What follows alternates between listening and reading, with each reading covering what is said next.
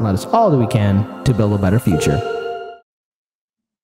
NPR just did a rage quit on Twitter. And this is funny to me. This is funny to me because NPR is, again, viewed as a, quote unquote, independent source media, right? Or they say they're independent, but at least according to this, and you gotta love it a little, government-funded media. Fiorella, you won.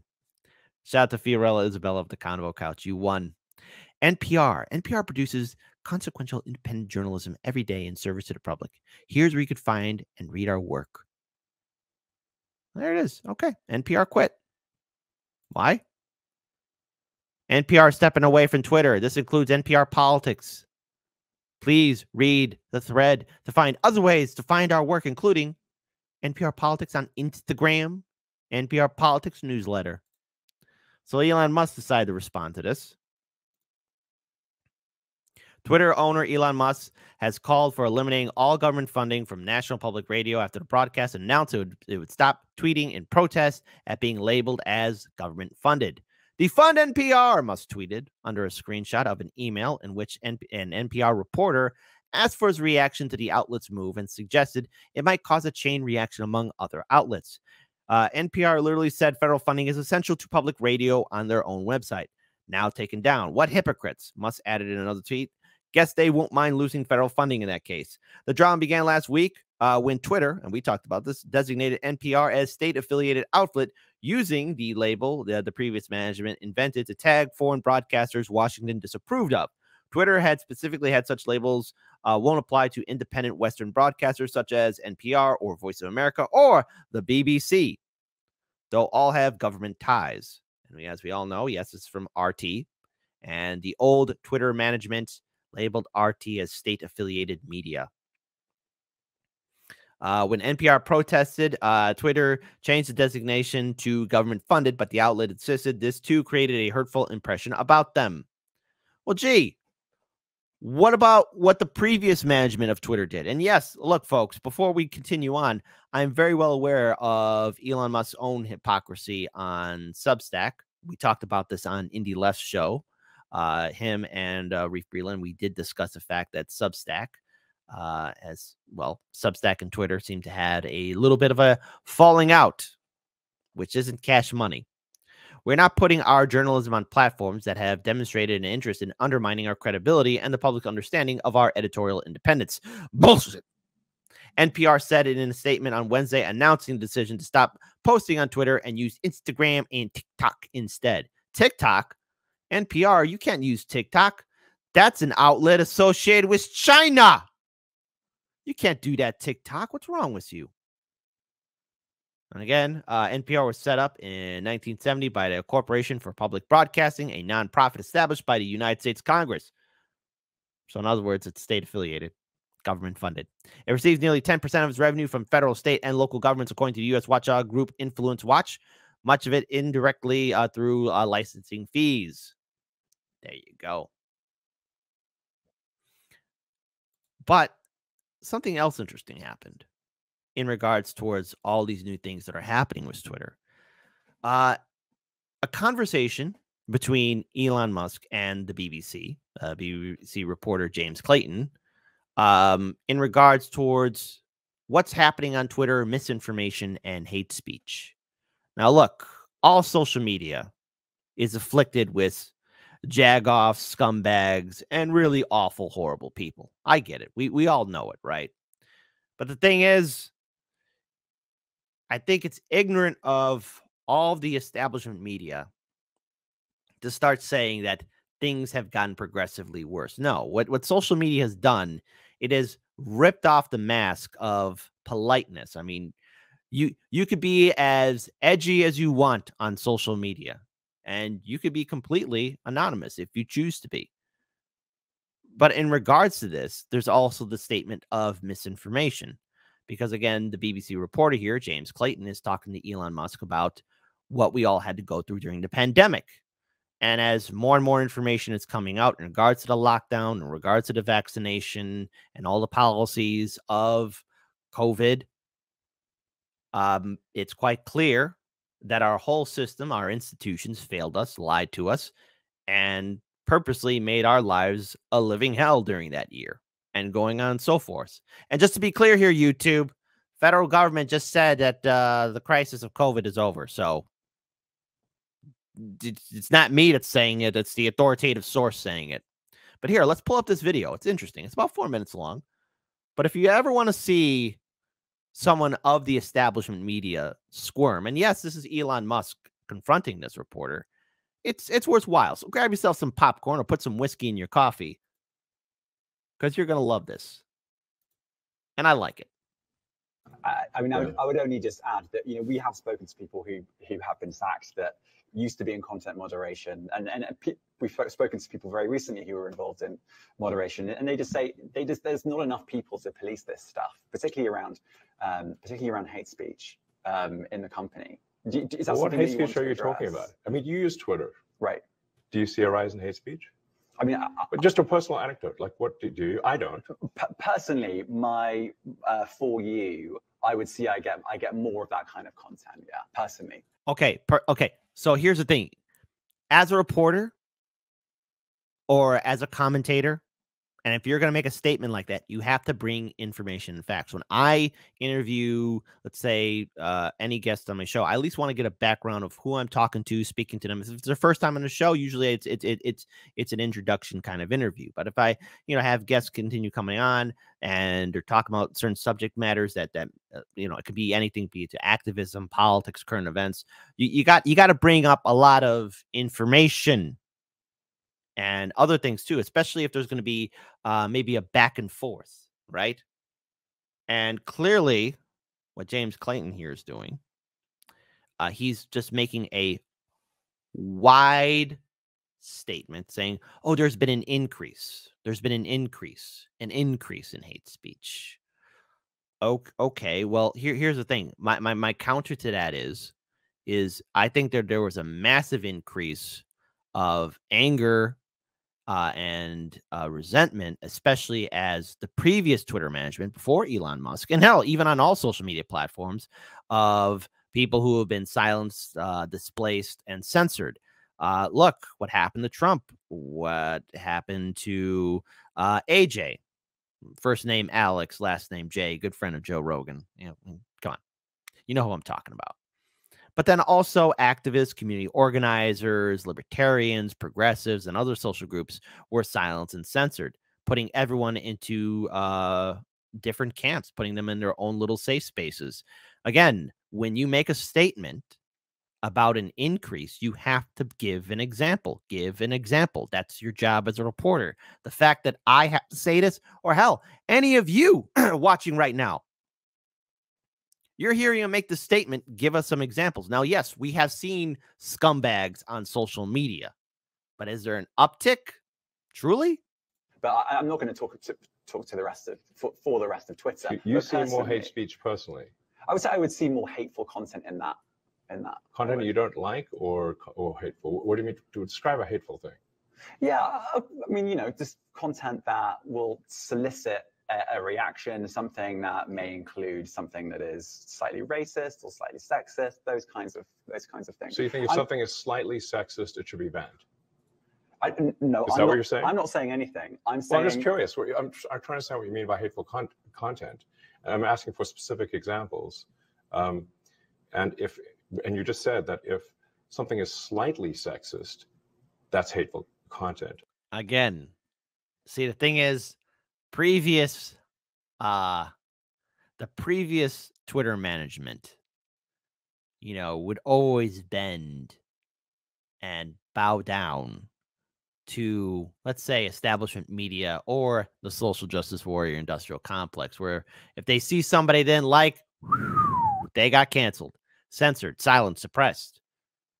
Even when it came down to criticizing politicians, be they from any gender or background.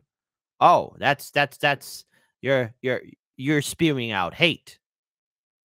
You notice, and again, you have to define it. Give an example. Give an example. See, in the super fast rush of censorship, now it's become blurred. Does that mean that it should be banned? Well, you've asked me whether my feed, whether it's got less or more. I'd say it's got slightly more. That's why I'm asking for examples. Can you name one example? I honestly don't use. Honestly, I you don't. Can't name a single example. I'll tell you why. Because I don't actually use that for you feed anymore, because I just don't particularly like it. But you and said actually, a lot of people are quite similar. I only look at hang on a second. following. You said you've seen more hateful content, but you can't name a single example, not even one. I'm not sure I've used that feed for the last 3 or 4 weeks. And then how did you see that hateful content? Because I've been using Twitter since you've taken it over for the last 6 months. Okay, so then you must have at some point seen that for you hateful content. I'm asking for one example. And he can't give an example. Isn't that funny? I find it funny.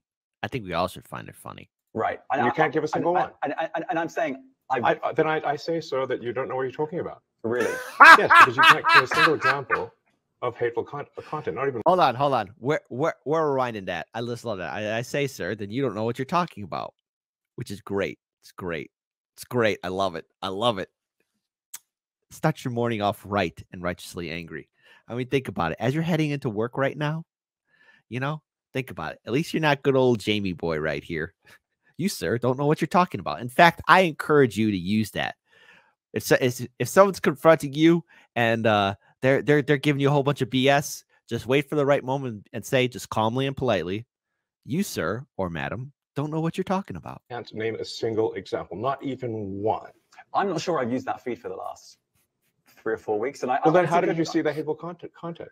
Because I've been using Twitter since you've taken it over for the last 6 months. Okay, so then you must have at some point seen that for you hateful content. I'm asking for one example. Right. And you can't give a single one. And I'm saying I say, sir, that you don't know what you're talking about. Really? Yes, because you can't give me a single example of hateful content, not even one tweet, and yet you claimed the hateful content was high. Well, that's false. No, what I claimed, you just lied. What I claimed was there are many organizations that say that kind of information is on the rise. Now, whether it has on my feed or not, I mean, right, and literally you can look at something like the strategic. Again, you're okay. Look, you're a reporter. You're interviewing Elon Musk, and I know we all have our different opinions of Elon Musk. Look, but again, this is a high tier guest that you're interviewing. All right, SpaceX, Tesla, Twitter, etc. These are things that he's in charge of, right? And yeah, you could have these conversations, but if you're going to bring this up to him, you have to do your homework. Come on, that's journalism 101. If you're going to be doing something like this, what were you expecting Musk to do? Be like, oh, yes, sir, Mr. Journalist Reporter. I'm so sorry. I'll change things right away. What am I doing sitting down here? I got to go to the master control computer at Twitter and fix it right now. Like, come on. You're a journalist and you can't give an example. Dialogue Institute in the UK, they will say that. So look, people will say all sorts of nonsense. I'm literally asking for a single example, and you can't name one. Right, and as I already said, I don't use that feed. But then how would you know that? How do you know? You literally said you experienced more hateful content, and then couldn't name a single example. Right, and as I said, that's absurd. I haven't actually looked at that feed. Then how would you know there's hateful content? Because I'm saying that's what I saw a few weeks ago. I can't give you an exact example. Let's move on. We only have a certain amount of time. COVID misinformation. Okay, let's move on. No, you started something and you can't even. Again, God, look, there's a lot you could have done with an interview like this, and talk about squandered opportunity. Information. You changed the COVID misinformation. Has rules. BBC changed its COVID misinformation? The BBC does not set the rules on Twitter, so I'm asking you. No, I'm talking about the BBC's misinformation about COVID. I'm literally asking you about, you changed the labels, the COVID misinformation labels. There used to be a policy, and then disappeared. Why do that? Well, COVID is no longer an issue. That's true. Hey, YouTube, even the U.S. government said that. I'll never forgive you for what you did to us in 2020, YouTube.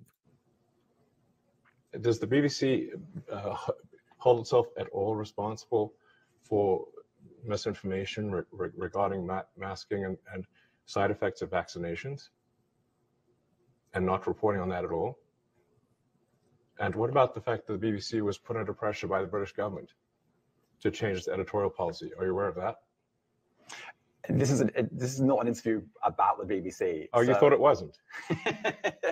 I see now why you've done Twitter Spaces. I am not a representative of the BBC's editorial policy. I want to make that clear.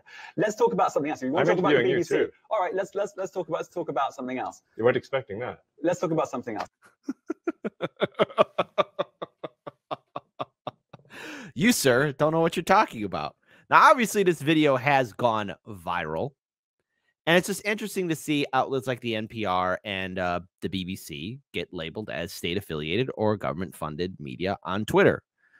But I do want to pull up this gem here as well, because you could check out the full interview. But just one last thing, just so we could end this segment a little bit on a different note, but it's interesting. Turns out James Clayton actually wrote an article, Elon Musk, what it's like to interview the billionaire Twitter boss. So he writes, over the weekend, I decided to drop Elon Musk an email. He just added a label on Twitter to the BBC account saying government-funded media. I thought I'd send him a link to how the BBC is funded, predominantly through the license fee. Is the Twitter label accurate? Was the response I got, which came from Mr. Musk rather than a media team. My editor suggested I have a bash at asking for an interview. Why not have a go? We thought. Turns out it didn't go exactly how he thought it would go. So on Tuesday lunchtime, I typed an email requesting a chat about his first 6 months as Twitter boss. To my surprise, he responded. Sure, how about tonight, he said. All right. So they went there. And of course, we saw all the interviews go off, and straight off the bat, it was clear he was going to answer my question. Did you buy Twitter because a court was going to force you to? I asked. He replied, yeah, I did. It was a startlingly frank answer, which set the tone for the interview. So there you go.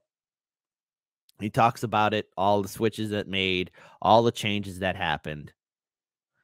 Let's see. And again, it felt like several times that the Elon Musk was trying to interview him. So he's writing this article to paint himself in a little bit of a better light, you know. Ooh, look at that. Japanese menus change as egg prices soar. Oh my goodness. That looks so delicious though.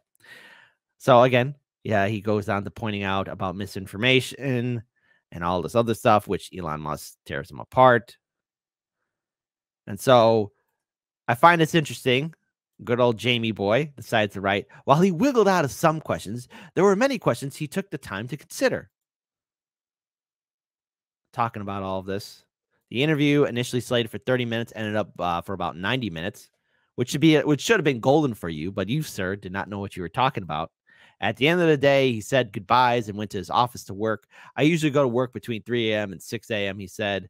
As he disappeared, we reflected on a whirlwind of an interview and how none of this would have happened if I hadn't sent that email. Are you kidding me? Are you kidding me, buddy? Without that email, I don't think we would have gotten this gem right here. For that, I can't thank you enough for it. Where's it at? Hold on. I could not thank you enough for this. This is just delicious. A chef's kiss right here. I've been using Twitter since you've taken it over for the last 6 months. Okay, so then you must have at some point seen that for you hateful content. I'm asking for one example. Right. And you can't give us a go on. And I'm saying I say, sir, that you don't know what you're talking about. Mwah! Delicious. One more time. Can't give us a go on. And I'm saying I say, sir, that you don't know what you're talking about. And if you had not sent that email, James, you, sir, would not have been called out, because that was delicious. We'll see what happens going forward with social media, Twitter, and all the drama that will eventually be happening in 2024. I can't wait for it. It's going to be great.